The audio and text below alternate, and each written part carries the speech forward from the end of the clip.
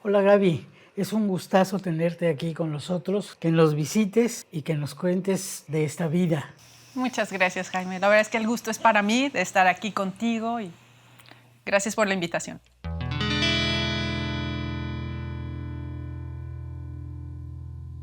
Mira, yo nací en Chile, mi familia es chilena, mis papás, mis abuelos, todos son chilenos. Yo nací en el año 1973, en mayo, y justo unos meses después fue el golpe militar, el 11 de septiembre. Hubo una persecución bastante fuerte en Chile en esa época. Cualquier simpatizante de Allende, cualquiera que hubiera estado pues participando o al menos celebrando el triunfo de los allendistas, pues fueron perseguidos y mi papá fue uno de esos. Él tuvo que huir, tuvo que esconderse, estuvo perdido durante varios meses en Chile, se fue hacia el sur a esconder y cuando pudo, pues logró pedir asilo a México. Logró que en la Embajada de México le hicieran todos los trámites para darle asilo político aquí, en México, y así fue como llegamos todos. Primero llegó él, unos meses después había, gracias de la verdad al gobierno mexicano, un programa con el que procuraban que las familias se unieran. Entonces, no solo le daban asilo, pues, a uno de los familiares, traían a su esposa, traían a sus hijos, y así fue como llegamos a México, mi papá, mi mamá, mis dos hermanos y yo. Sí, llegamos a Ciudad de México y fíjate que yo tenía 2 años, pero recuerdo muchísimas cosas de Ciudad de México, del departamento donde nos dieron hospedaje, nos dejaron vivir, de salir al parque, de jugar con mi hermano Guillermo, que es 2 años más grande que yo. Éramos pequeñitos, pero jugábamos ahí en un parque muy lindo en Ciudad de México. Y mi papá, pues siendo ingeniero, consiguió trabajo en Laguna Verde. Estaba en ese momento apenas la construcción de la planta nucleoeléctrica y él estuvo ahí desde el inicio. Así fue como nos fuimos de Ciudad de México a vivir a Jalapa primero, porque mi papá tenía temor de que viniendo de Chile nos cocináramos con el calor de México. Entonces Jalapa era como más soportable, creían, para nosotros. Pero al poquito tiempo nos fuimos a vivir justo ahí pegados a la planta en Laguna Verde.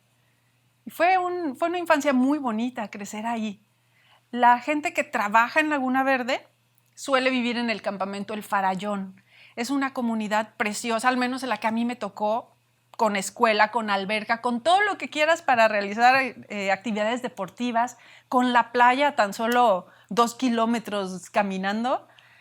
Y fue muy interesante crecer ahí. Cuando llegué, casi todos los ingenieros que trabajaban ahí eran de Estados Unidos. Solo se hablaba inglés. Yo salía de mi casa y si quería jugar en la calle con gente, pues era en inglés. Así que aprendí desde muy chiquita, la verdad, el idioma. Mi mamá falleció cuando yo tenía 8 años en un accidente en carretera. Vivíamos en Farallón, pero la planta está a 15 kilómetros en Laguna Verde y en ese trayecto, una tarde ya no llegó. Ella falleció y un tiempo después mi papá con otra señora tuvieron a mi hermano Miguel. Es mi hermano y vivió con nosotros toda la vida. De hecho, trabaja conmigo. Es mi mano derecha y mi mejor amigo. Yo no conocía a mi papá porque yo tenía mamitis. Yo era mi mamá, el centro de mi mundo. Y recuerdo que veníamos a Veracruz de compras y mi papá se llevaba a mis hermanos al cine y yo prefería irme a comprar con mi mamá a la despensa porque yo no podía separarme de mi mamá. Fue cuando mi mamá murió, cuando yo empecé a conocer a mi papá. Para mí era un extraño, pero fue ahí cuando él sacó la casta. Te digo que mi familia estaba repartida en el mundo y sus hermanas pues trataban de apoyar y la manera en que ellas ofrecieron ayuda fue diciéndole: tú no vas a poder con tus hijos, yo me llevo a Alejandra, otra se llevaba a Gaby, otra se llevaba al Guille y entonces nos iban a separar. Y recuerdo haber estado escuchando ese tipo de conversación con mis hermanos y mirándonos así como que, ¿y ahora qué va a pasar? El terror de perder a tu mamá, pero además ahora voy a perder a mis hermanos. Y mi papá Creo que fue muy valiente, hubiera sido además muy cómodo. Así llévenselos y yo a todo dar consigo otra mujer, otra familia, que tenía todo el derecho de hacerlo, pero él dijo no, yo voy a tener a mis hijos conmigo y él nos sacó adelante. Tuvimos mucho apoyo de mi hermana mayor, Alejandra. No era tan grande, yo la veía como grande, pero es 10 años mayor que yo. Ella tenía 18 años, era un adulto muy joven. Pero la recuerdo a ella siempre apoyando, siempre visitándonos. No vivía con nosotros porque estudiaba afuera, pero los fines de semana teníamos ese apoyo. Entonces crecimos como muy unidos. Y creo que eso es lo que a mí siempre se me ha grabado de mi papá. Él pudo llevar una vida a lo mejor más tranquila, pero no lo hizo. Nos mantuvo unidos, nos mantuvo juntos. Cuando tuve que entrar al bachillerato, empecé a viajar todos los días. Había un camión especial, la verdad es que estábamos muy consentidos. Un camión que nos traía a las 5 de la mañana a Veracruz, nos dejaba en las diferentes escuelas y como a las 2 de la tarde nos recogía y regresábamos a Farallón. Cuando entré a la Facultad de Medicina ya no pude hacer eso. Los horarios de mi universidad eran muy raros. Entraba a las 7 y podía tener una clase a las 9 de la noche. Entonces tuve que quedarme a vivir aquí en Veracruz, ya sabes, una pensión, vivir con familias. Cuando se pudo rentar un departamentito con otros estudiantes foráneos. Y así fue como llegué a Veracruz y aquí me quedé. Aquí soy feliz. Desde chicos, mi papá nos curaba con medicina natural.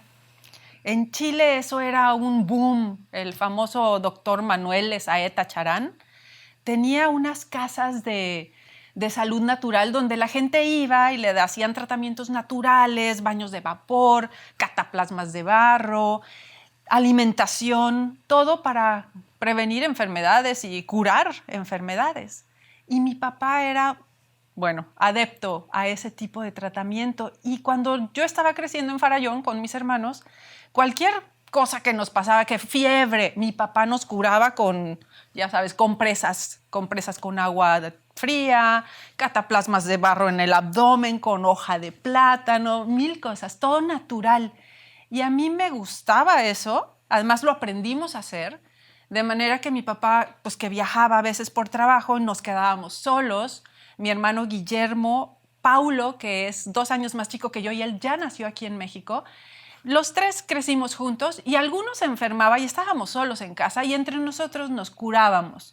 Montábamos guardia. Recuerdo una noche pasarla en vela con Guille y yo cuidando a Paulo porque tenía fiebre. Entonces me gustó siempre esa capacidad de resolver el problema de salud, pero sí me quedaba como la duda, como estamos quitando esto, pero ¿por qué da fiebre? Sabía que tenía que haber algo mal, tenía que haber alguna infección en algún lugar, pero a veces no la detectábamos. A veces sí era evidente, había tos, ¿no? Pero otras veces no. Y pasó una vez que uno de mis hermanos, todavía más chiquito, ya es hijo de otra señora, mexicano él, tenía mucho dolor abdominal y mi papá lo estaba tratando con los medios naturales, pero el dolor no cedía. Entonces yo, que ya estaba estudiando medicina, pensé, papá, eso puede ser una apendicitis, llévalo al doctor, por favor. Entonces resultó que sí, lo tuvieron que intervenir de emergencia. Mi hermano se pudo haber muerto, en lo que perdía tiempo mi papá con esos métodos, ¿no? Entonces yo ahí confirmé que yo necesitaba ser doctora. Yo quería ser capaz de curarme a mí misma y a mi familia y a quien yo pudiera, pero de una manera segura, ¿no? No así tan empírica la cosa. Y medicina creo que fue lo que yo siempre debí estudiar. Mi papá cuenta una historia bien chistosa. Cuando estábamos chicos, Paulo y yo queríamos construir una casa club. Y a mí se me ocurrió la gran idea de que la íbamos a hacer nosotros, como arquitectos, albañiles y todos nosotros. Y fuimos buscando piedras grandes. Había una enorme que yo iba a agarrar y mi hermano, aunque era más chico que yo, tan caballeroso, dijo, no, espera, lo hago yo. La levantó como pudo y se le cayó en el pie. Eran unos gritos de mi hermano y era un sangrado tan profuso y yo lo vi y solo recuerdo que respiré profundo, lo monté en el triciclo y lo llevé velozmente a la casa de un vecino que yo sabía que era doctor. Entonces, pues me parece que fue una manera rápida de actuar. No perdí el tiempo, no entré en histeria, hice lo que tenía que hacer, pero me encantó que hubiera alguien que le resolviera el problema a mi hermano. Y pensé que me gustaría ser yo la que lo pudiera hacer algún día. Sí, a la Universidad Veracruzana, con maestros increíbles, gente con tanto conocimiento y con tanto amor y ganas de dar ese conocimiento, transmitirlo.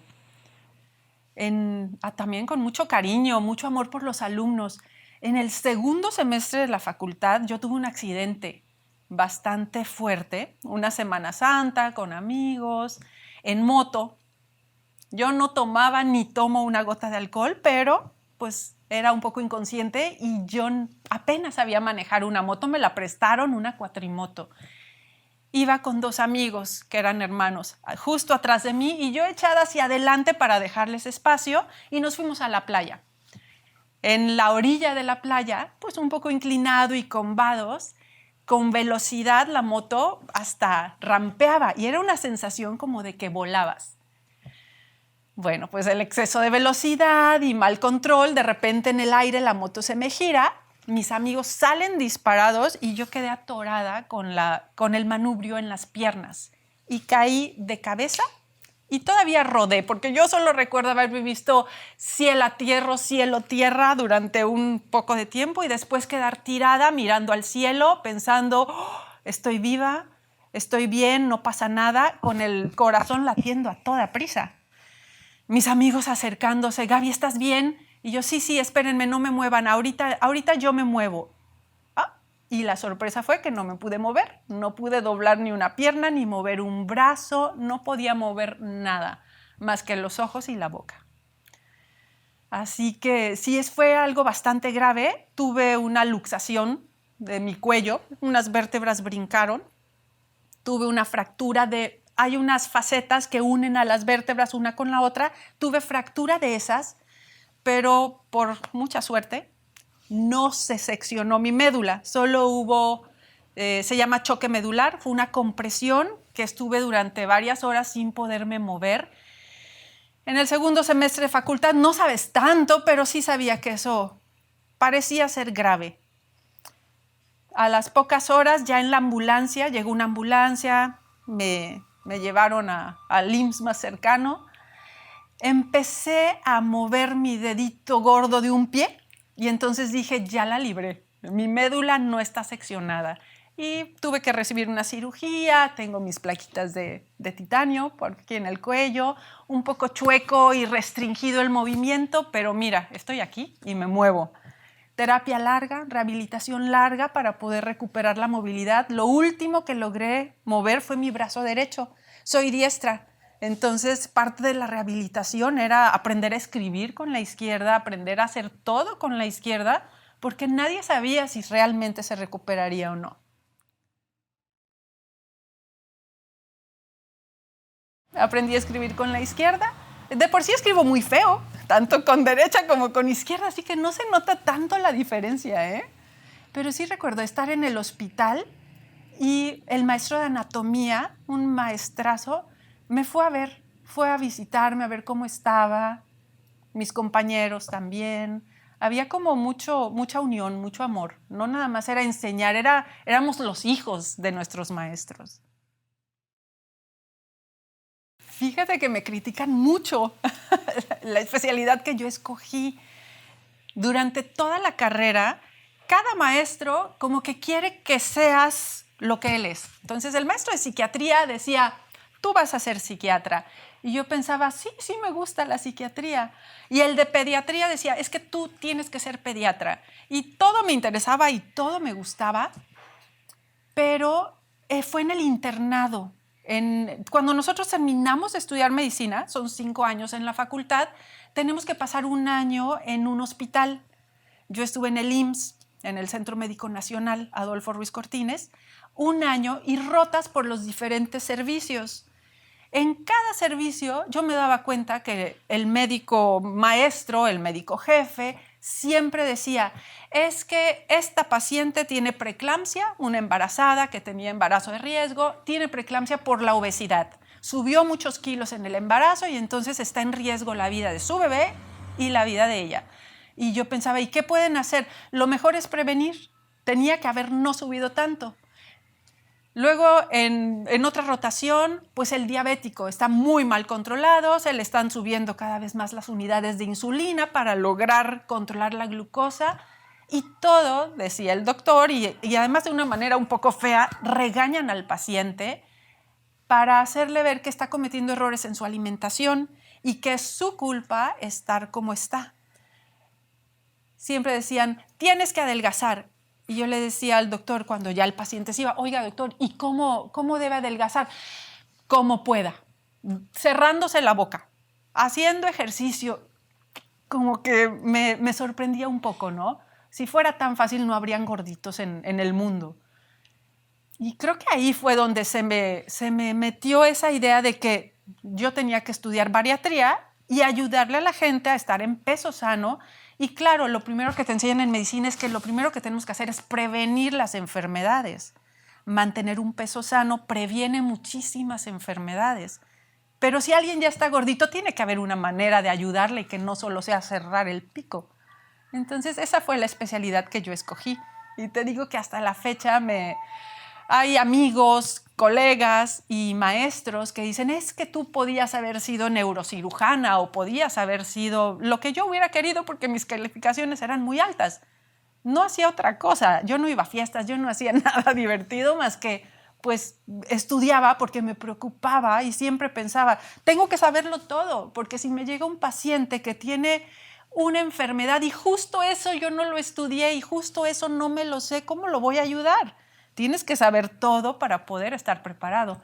Entonces, sí, mis calificaciones eran muy altas, pero bariatría es lo que a mí me hizo encontrar mi camino. Y a eso me dedico desde hace más de 18 años, exclusivamente a la bariatría. Claro, receto a mi familia, si mi paciente, aunque viene para adelgazar, tiene alguna infección, algún síntoma, sí, claro que hago mis diagnósticos y resuelvo muchos problemas o los dirijo con el especialista que le conviene. Pero me gusta mi especialidad y creo que no me equivoqué. Todas las especialidades quirúrgicas, los médicos que operan, ya sea el neurocirujano o el cirujano de tórax o el cirujano general, los que entran a un quirófano, abren a un paciente, ya esos están, digamos, en el primer nivel, se sienten Dios. Tengo muchos amigos que son cirujanos, no lo tomen a mal, saben que es así, que ellos se sienten muy, muy importantes. Y a lo mejor ya en el siguiente nivel están los internistas, que son unos especialistas maravillosos, que saben de todo, ¿no? Es como el pediatra para el niño, el internista es para el adulto. Entonces, no sabes a quién consultar, te duele algo y no sabes por dónde va la cosa, tú vete con el internista y yo te recomiendo unos cuantos muy buenos. Pero digamos que así va en escalafones y también tiene que ver con los años de estudio, ¿no? El cirujano no nada más hizo los 5 años de medicina general, hizo el internado, el servicio social y luego una especialidad que dura 4 años. A lo mejor el dermatólogo solo hizo 3, el bariatra hizo 2 y entonces también son los años de estudio, supongo, los que determinan el nivel, la jerarquía. Pero yo nunca me he sentido así en menos. Unos excelentes cirujanos y gastros y internistas de aquí de Veracruz me mandan pacientes porque saben que su paciente necesita de mí y saben que conmigo va a estar bien.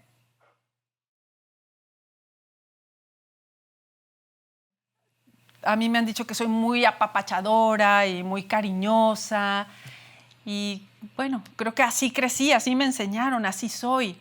A mí no me gustaba el tipo de trato que teníamos que tener en algunas instituciones donde había que ser muy serio y no involucrarte demasiado, ¿no? Pero bueno, entiendo, tengo colegas que son muy, muy serios y son excelentes y tengo otros que son muy amorosos y que se hacen amigos de sus pacientes y ayuda muchísimo.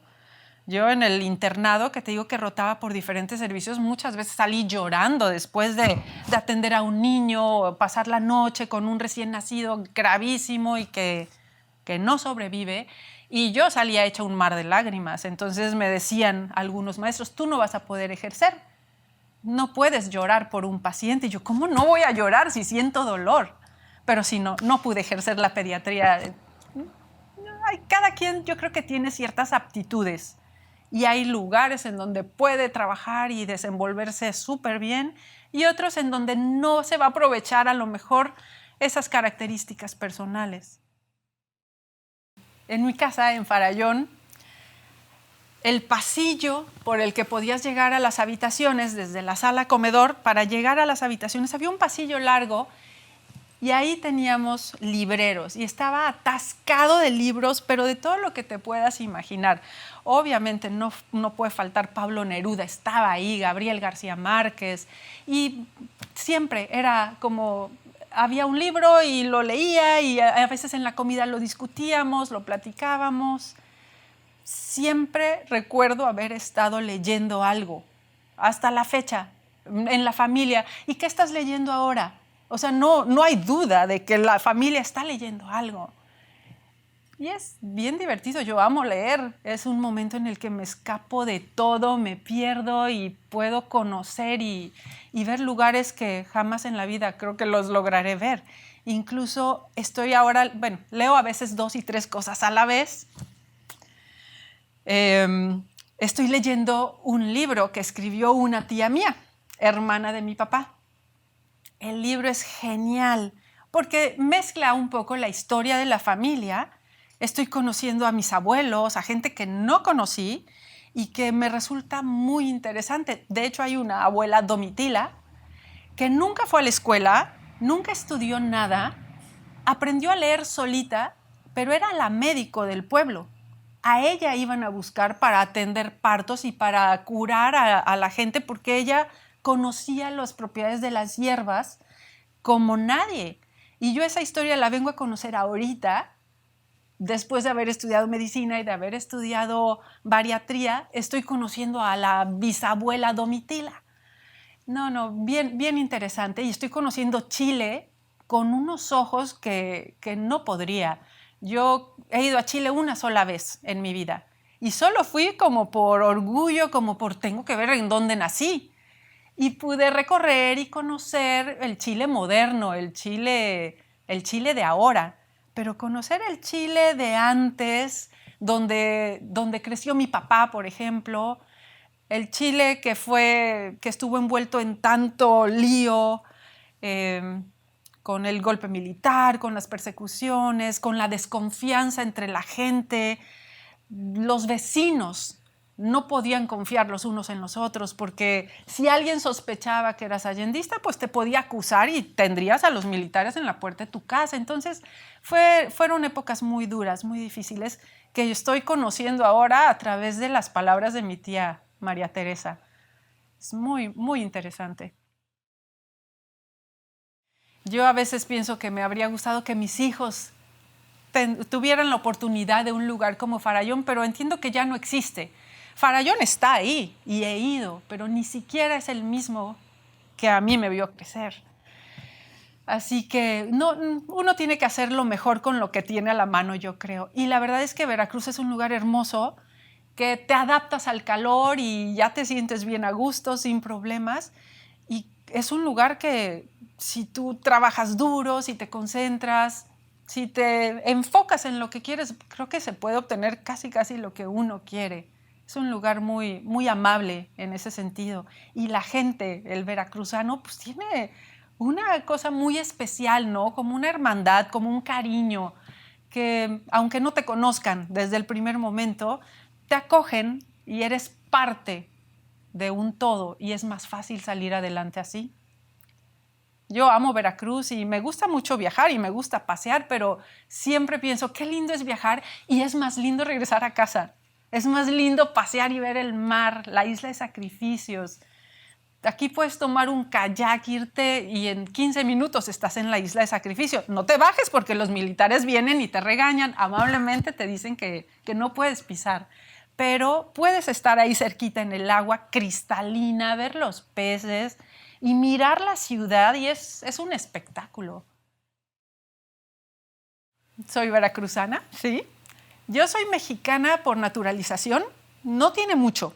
Toda la facultad la hice como chilena y pagando como chileno, porque el extranjero sí paga, aunque sea universidad pública.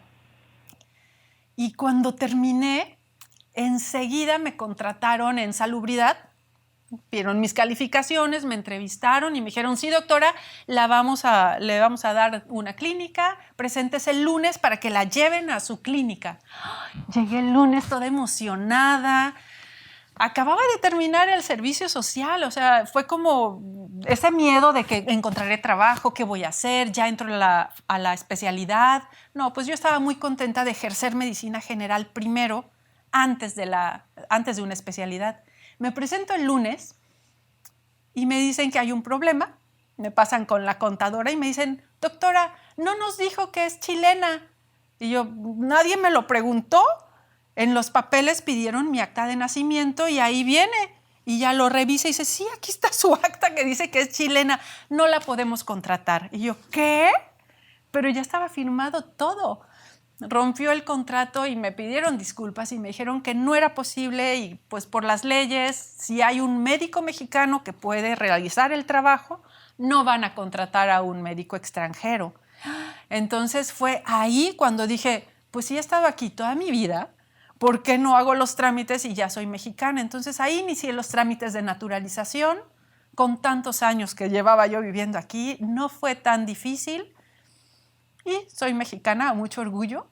Yo a veces lo presumo porque digo, es que ustedes tuvieron la fortuna de nacer aquí. Ustedes no lo decidieron, para mí fue una decisión. Y yo tuve que ir a la embajada, al Palacio de Gobierno y firmar una renuncia, porque en esa época no te dejaban tener dos nacionalidades, al menos con Chile no. Entonces, para ser mexicana yo tuve que firmar que renunciaba a la nacionalidad chilena y ¿sabes qué? Lo hice sin problema, sin problema. Sé que nací en Chile, pero yo soy mexicana. Y veracruzana. Y veracruzana. Aquí es en donde he vivido siempre, siempre, siempre. Lo de Ciudad de México debe haber sido 1 año o 2. Jalapa igual. Y el resto del tiempo ha sido Veracruz. Mira, en mi caso estaba prohibido hablar de política. No podíamos mencionar nada. Cuando preguntábamos algo de que, bueno, papá, ¿y cómo fue? ¿Qué tan alta era la barda que brinca? Cállense, de eso no se habla. Y menos afuera de la casa. O sea, con los amigos no podíamos mencionar ni una palabra. Decir que llegamos con asilo político, no. Nos entrenaron a decir que pues, fue por trabajo, fue por otras circunstancias. Creo que había mucha paranoia de que la persecución seguiría aún aquí. Y qué bueno que no, que México es un país libre y realmente aquí puedes tener unas ideas diferentes o estar en contra del gobierno en tu ideología y no te van a perseguir, esperemos que así siga, por ello, ¿no? Sí, así crecí y sin involucrarme en política y sin interesarme demasiado. Y recuerdo a mi abuela que también se fue, toda mi familia tuvo que salir de Chile, unos a Alemania, otro a Brasil, otros a Estados Unidos.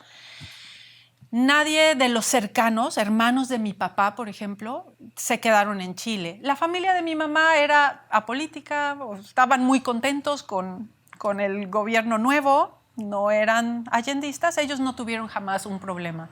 Pero toda la familia de mi papá tuvo que salir de Chile. Y recuerdo a mi abuelita preguntándome, y yo con 8 o 9 años, oye, ¿y tu papá sigue yendo a reuniones de política? Y yo, no, nada, él trabaja y está en la casa. Ah, qué bueno, que no vaya a empezar con esas cosas. Como que quedó mucho terror.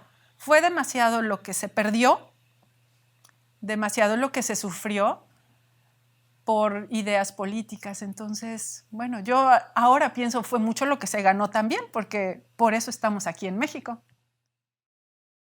Mira, a él lo buscaban especialmente porque él era el superintendente de una cervecera que era del gobierno.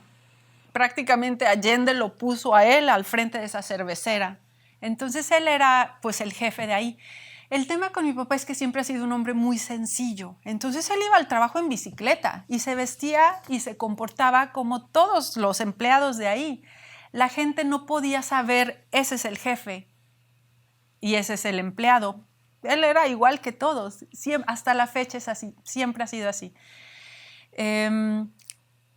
Hubo una cosa un poco graciosa, creo, ahora. Pinochet dijo que todas las empresas, cuando él ya estaba en el poder, tenían que poner la bandera de Chile, pues señalando que estaban apoyando pues, al nuevo gobierno. La cervecera tenía una bandera de Chile desde siempre. Siempre mi papá la había tenido ahí. Pero cuando ya fue señal de apoyo a Pinochet, pues mi papá hizo que la bajaran. Entonces, bueno, pues ahí se puso en el reflector, ¿no? Ya de por sí iba a las reuniones y estaban tratando de recuperar al país. Y bueno, eso llamó mucho la atención. Llegaron buscándolo precisamente a la cervecería, buscaban, pero no sabían quién era Guillermo Ursúa, porque él nunca era de tomarse fotos, ni de salir en portadas de revistas, ni nada. Él era bajo el agua. No le gustaba nunca llamar la atención. Así que él se agarró su bicicleta y se fue y pasó al lado de los militares y jamás supieron que él era al que buscaban. Pero tuvo que irse, ¿no? Lo agarraron, no me acuerdo cómo fue, pero de repente, sí, él menciona que alguien lo señaló, que alguien dijo, mire, ese es Guillermo Ursúa, y se lo llevaron al cuartel. En ese cuartel se escuchaban cosas horrendas, pasaban a interrogatorios, pues que eran, tú sabes que incluían algo de tortura, así era la cosa, pero también se hacían otras cosas y otros trámites en esos cuarteles. Entonces a él lo pasan a que lo entreviste, lo interrogue un militar, y mi papá le nota un tatuaje de un ancla en el antebrazo y dice, este señor no es de aquí. Como los movían, no los dejaban en su lugar de origen a los militares, los ponían en otro lugar donde pudieran desarrollar su trabajo más eficazmente. Pues le dijo, no, a mí no me trajeron, yo vine. Necesito ayuda porque mi empresa no puede trabajar por el sabotaje, necesitamos estas herramientas, estas cosas. Bueno, el señor estaba feliz, el militar, diciendo, eso necesitamos, patriotas. Y tomó nota de todo lo que mi papá decía. Y al final le dijo, bueno, mire, ya casi es el toque de queda. Quédese aquí la noche y mañana se va. Mi papá sabía que esa no la libraba. Demasiada suerte que lo hubiera interrogado a alguien que no era de ahí, que no lo conociera. Y le dijo, mire, yo vivo aquí enfrente, la casa verde que está cruzando el regimiento, ahí vivo yo. Bueno, váyase. Y se fue. Entonces ahí entendió que tenía que esconderse, se fue hacia el sur de Chile, estuvo perdido varios meses, la familia no sabía nada de él y se llegaban rumores horribles de que lo habían matado, que lo habían desaparecido.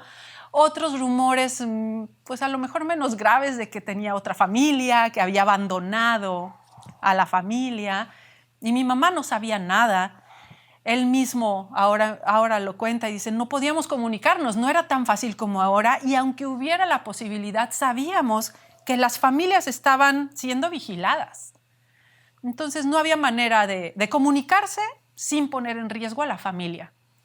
Finalmente, una de mis tías vio que se estaban dando asilo político en diferentes embajadas, muchos países estaban ofreciendo eso, y se fue hacia el sur, así tratando de ver dónde estaba mi papá.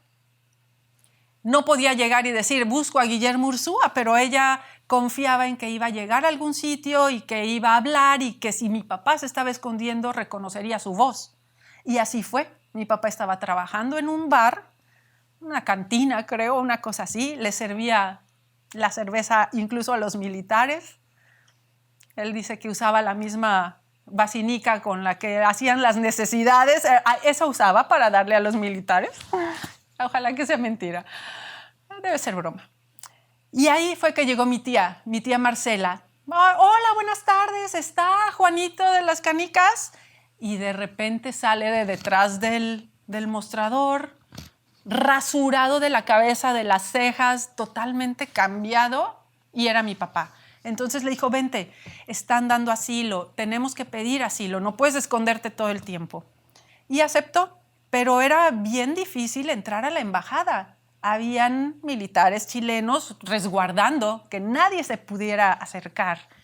Idearon un plan. Mi tía, que era muy linda, se ha puesto una falda cortititita, unos tacones altísimos y contoneándose por la banqueta ahí en la muralla de la embajada, distrajo a los militares mientras mi papá brincó, porque era ágil y fuerte y sano y tenía una necesidad grande de lograrlo, logró brincar esa muralla y caer en territorio mexicano.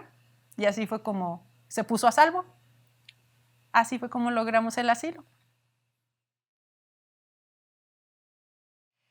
Es realmente una epidemia mundial y mata más gente que el COVID y que el VIH. De hecho, es la primera causa de muerte prevenible.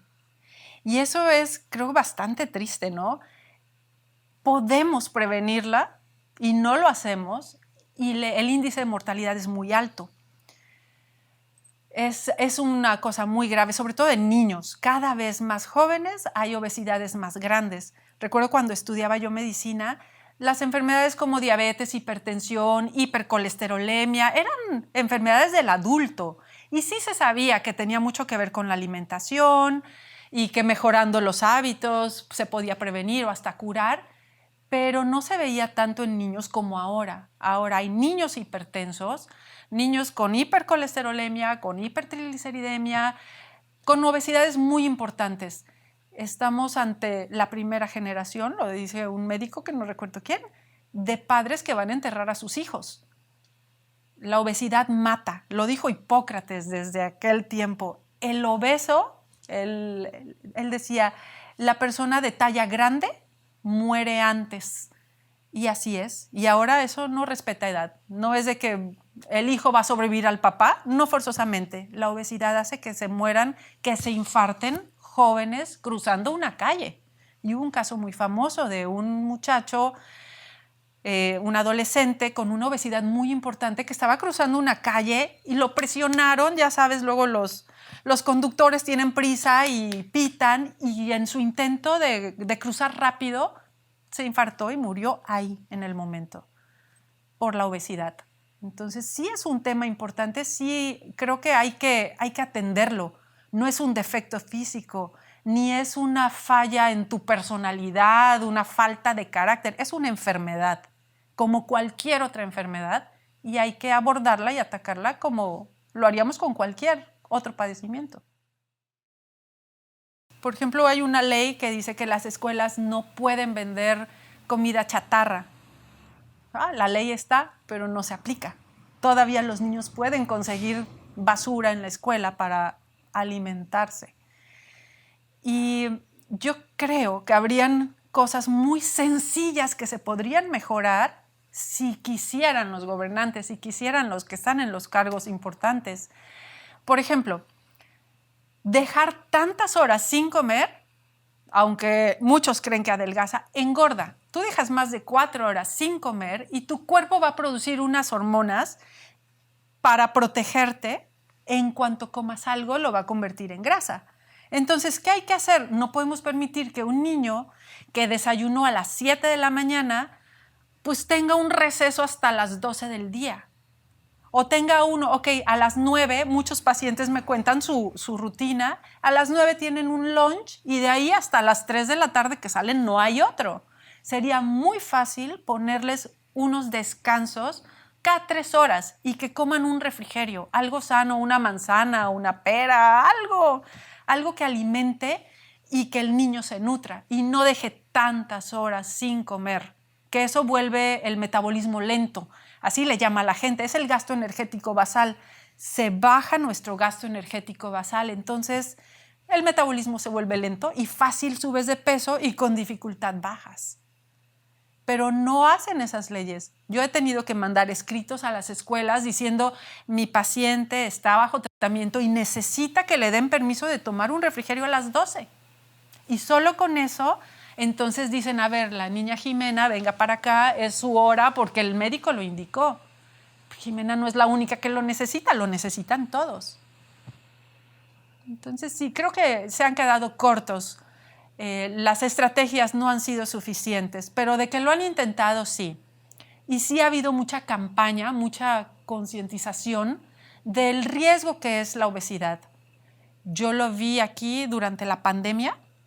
Al inicio de la pandemia, mi consulta bajó mucho.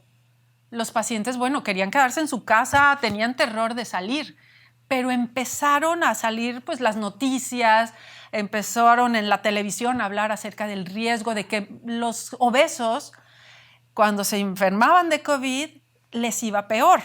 El riesgo de morir por COVID en un paciente obeso era mucho más alto. Mi consulta se empezó a llenar. Y entonces, bueno, pues muchos, la verdad es que creo que se beneficiaron de eso. Esa campaña un poco terrorífica, porque así se trataba, es asustar, te asusto. Estás gordo, te vas a morir. Ve con Gaby. Bueno, vayan con Gaby, pero no tan asustados, ¿no? El ritmo de vida actual hace que muchos pacientes no tengan el tiempo de preparar sus alimentos y lo tienen que conseguir, lo tienen que comprar ya hecho. Tú vas por una hamburguesa con papas y refresco y hasta te meten un helado y pagas menos que una ensalada que a la verdad no les queda ni tan buena. Es más cara la ensalada con tu vaso de agua, tu botellita de agua, que la hamburguesa. Sí, es caro cuidarse. No tendría por qué ser, porque en realidad es mucho más barata una lechuga que la carne y el pan y todo lo demás. Si lo cocinas en casa, entonces estar a dieta es muy barato. Tú, en lugar de irte a un supermercado, vete al mercado y compras tus verduras y ahí compras carne y pollo y lo que necesites. Si tienes la oportunidad de prepararlo en casa, vas a ver que ponerte a dieta ahorra dinero. Pero si tu ritmo de vida te hace que tengas que comprarla hecho, vas a tener que invertirle mucho dinero. Es caro estar sano. Parece ser que la gente que más se cuida tiene un poder adquisitivo más elevado y entonces de eso se aprovechan. Mira, me gusta creer que yo pongo mi granito de arena para que la gente que me consulta o mis amigos, mi familia, esté más sana. Una persona sana va a ser una sociedad más sana y vamos a ser un país más sano y más fuerte. Entonces creo que yo pongo mi granito de arena, pero no te creas que es tan fácil. Mencionaste a la familia, mencionaste a los hijos. Yo tengo 2 hijos. Y te puedo decir que desde chiquitos, pues yo les preparaba sus lunches bien balanceados, muy bien hechos. Uno no se lo comía, lo regalaba, lo vendía, lo intercambiaba. Llegaba sin lápices, sin plumas, porque los vendía para poderse comprar la basurita de la escuela. Lo que yo he visto es que como mamá estás limitada. No puedes ir a la escuela con el niño a la hora del lunch y vigilar que realmente coma lo que tú quieres que coma. Es cuando el niño o cuando el paciente decide que quiere cambiar, que quiere mejorar, es cuando ya le puedes ayudar. Y a mí me pasó con uno de mis hijos. Cuando cumplió 13 años, él me dijo, mamá, quiero adelgazar. Gloria a Dios. Ya pude ayudarlo. Y entonces él estuvo dispuesto. Más chicos creo que no entienden, por más que les digas, es que mira, la hipertensión, la diabetes, no lo pueden creer, no se imaginan a sí mismos con problemas. Pero cuando ya el paciente decide, yo siempre digo, llega un adolescente con su mamá y yo siempre pregunto, ¿tú viniste porque quieres o te trajeron? Me trajeron. ¿Pero tú quieres adelgazar? Sí, sí quiero. Entonces sí te puedo ayudar. Si tú quieres, lo vamos a lograr. Mientras el paciente no quiera, no hay manera. Entonces, ¿cuál es el futuro? Si hay más conciencia, si hay más decisión de estar mejor. Un poco dejar el conformismo, porque es bien cómodo decir, pues así soy y así me tienen que querer. Hay ahora mucha campaña también para aceptarse del tamaño que seas Y me agrada, me gusta que una mujer, veo las modelos de tallas grandes y las veo divinas, las veo hermosas, grandes de peso, grandes de talla. Y son hermosas, son seguras de sí mismo y son ejemplo para las demás de ámate y quiérete, no importa si estás grande, chico, como sea. Pero sí veo a esa mujer tan hermosa y se me viene a la mente todos los riesgos que tiene tan solo de rodillas, algo tan sencillo como las rodillas. Esa paciente, esa señora, va a ser un adulto mayor en silla de ruedas porque hay un desgaste natural y va a perder el cartílago y con ese sobrepeso es mucho más rápido. Entonces sí, hay que amarnos tanto, querer cada centímetro y cada lonja, pero querernos tanto que queramos estar mejor y más sanos por nosotros, por la sociedad y por nuestros hijos. Ok, pues muchas gracias, Gaby, por haber compartido con nosotros. Jaime, es un gusto verte siempre. Gracias por la invitación.